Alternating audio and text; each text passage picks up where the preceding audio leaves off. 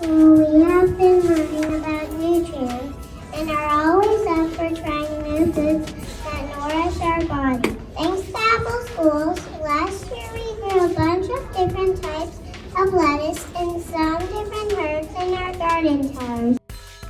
After the leaves were nice and big, we were able to harvest them. My class is trying red and green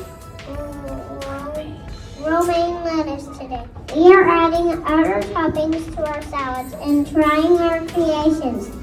It was the first time some of my friends tried lettuce. Some of our friends learned that they like veggies they've never tried. All thanks to Apple Schools